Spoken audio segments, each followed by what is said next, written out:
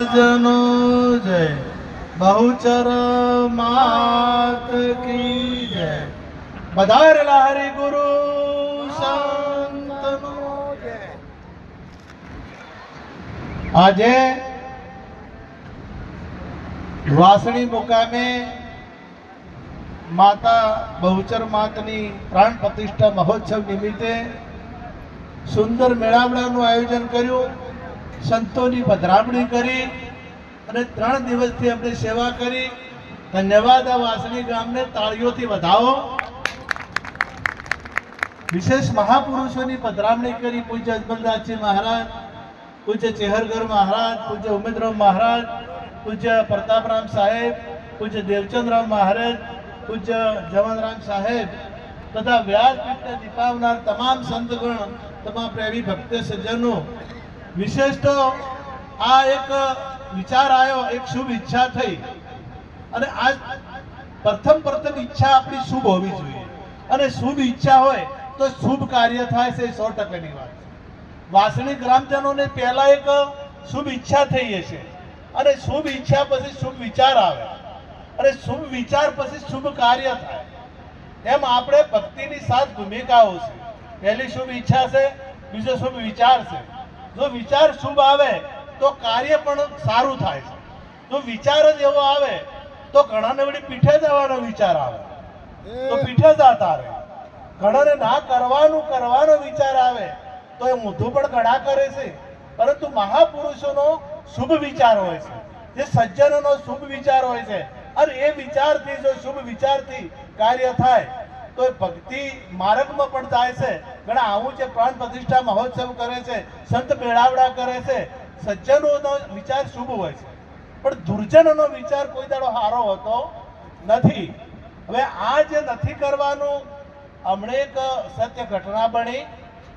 એક ઝોન જઈ હતી એટલે ગોદરે પહોંચી તો વેવણ કે ડીજે નહીં લાવ્યો। આ સાચી વાત છે, હોમાં બેઠા એ નહીં ખબર છે। ડીજે નહીં લાવ્યું, હોમિયું લઈને આવ, પેલોને તાત્કાલિક ડીજે લાવવું પડ્યું। હવે આ એક વિચાર કે હવે આ હમણાં કનવરજી કહી ગયા હતા કે માપમાં રહેજો, તો હું ડીજે વગર નતો પરણતો છું, એમની દીકરી નથી પરણતી, ડીજે વગર પરણે કે ના પરણે? આપણે તો પેલા જોન થઈ એટલે સમયનું કોમ હતું ડીજેનું, તો હું એના વિચારો કેવા છે। હવે આવા વિચારો લઈ અને મને કોઈ દાડો ભક્તિ ભાવે, ડીજે વગર હોમિયો લઈ નહીં આવતી, મને કોઈ દાડો ભક્તિ ભાવે નહીં। વિચાર હારો હોય। આ શરીર કલ્પવૃક્ષ જેવું છે, આ કલ્પવૃક્ષ છે અને તમે જે કલ્પના કરો એ થાય છે તમારા જીવનમાં। જો તમે પરમાત્માની પ્રાપ્તિ કરવાની ઈચ્છા કરો તો પરમાત્માની પ્રાપ્તિ થાય છે। તમે ભજન રાખવાની ઈચ્છા કરો તો ભજન થાય છે। તમે પ્રતિષ્ઠા કરવાની ઈચ્છા કરો તો પ્રતિષ્ઠા થાય છે। આ શરીર કલ્પવૃક્ષ છે।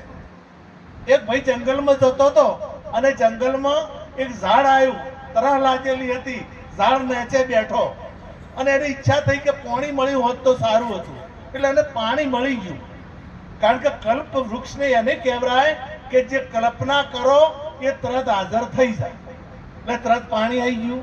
પાણી પીધું અને એને ઈચ્છા થઈ કે ભાઈ જમવાનું મળે તો કેવી મજા આવે, તરત જમવાનું મળી ગયું। એને વિચાર આવ્યો અને અમે આ જીવ છે ને, જેમ વધારો મળતું આવે ને એટલે બસ એની ઈચ્છાઓ વધતી જ હોય। જેમ જેમ વસ્તુ વધતી જાય એમ વિચાર પણ વધતો જાય। આશા કોઈ દાડો પૂરી થતી નથી। જેમ જેમ વધારે આવે કે કોઈ કે લાખ રૂપિયા કમાણો હોત કે 2 લાખ કમાણો હોત તો સારું, એ કોઈ દાડો આશા પૂરી થતી, સંતોષ આવતો નથી। પણ મોટામાં મોટું સુખ છે સંતોષ।